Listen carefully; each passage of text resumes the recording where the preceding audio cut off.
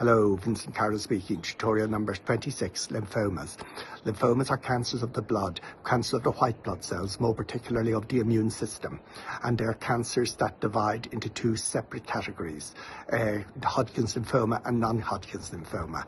And Hodgkin's lymphoma have Reed-Sternberg cells. Non-Hodgkin's lymphoma do not. And that's the difference from a Western medical point of view between the two lymphomas. But there are other differences as well. Hodgkin's lymphoma now more or less is entirely treatable. That wasn't the situation a few decades ago, but now it is. Non-Hodgkin's lymphoma survive at different rates. There are 6 different types of lymphomas, plus a few others that are poorly understood.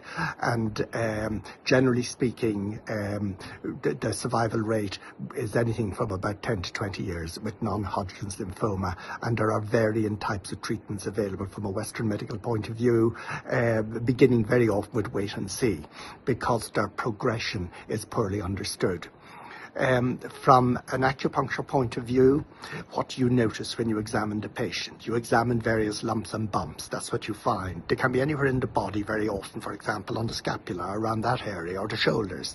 And they're quite solid lumps. They may not always be solid. They may start off with spongy lumps. But what you notice are lumps, and the lumps can be quite rock solid. So from an acupuncture point of view, you're immediately thinking about phlegm. And phlegm obviously comes from damp. And damp would represent the spongy type of lymphomas, and phlegm represents the more solid types of lymphomas. So for the most part, they're phlegm masses. They're not masses due to chi and blood stagnation usually. In my experience, they tend to be phlegm masses, but they're masses that start off as spongy and they become quite solid. In other words, as the damp morphs into phlegm. So that's what we're thinking about from an acupuncture point of view, and that's our starting point. We have to ask why, what's going on?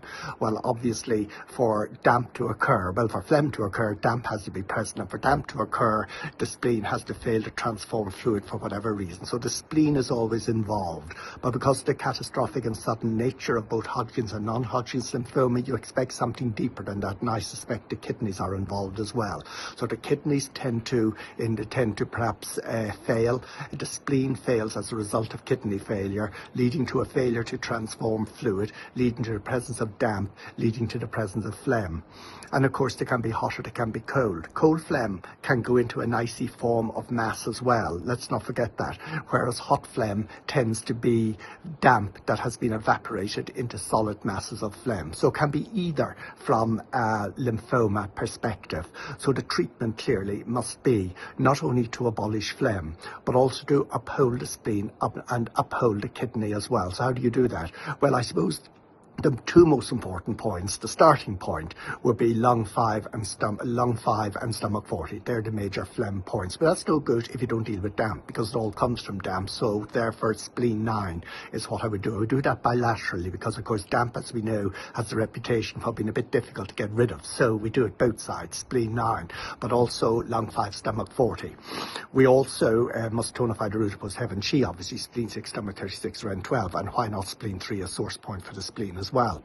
We must consider the kidney at this point. We can do a general point like kidney 3, or we can wonder, could there be kidney yin deficiency involved as well? Usually there is, because one of the features of non-Hodgkin's lymphoma, and also Hodgkin's lymphoma as well, are drenching night sweats, and drenching night sweats usually correspond to a collapse of yin. So very often I do kidney 1 bilaterally.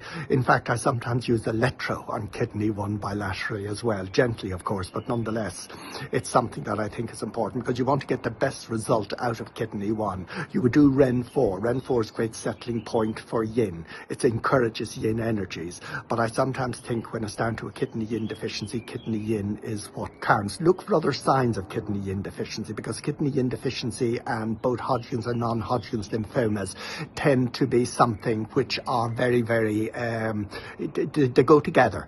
Not always, but very, very often. And that, in my opinion, is your starting point. Look for a tongue diagnosis as well. Peeled tongue with no coating, because of course there's an empty heat. And look for signs of empty heat in the person's personality.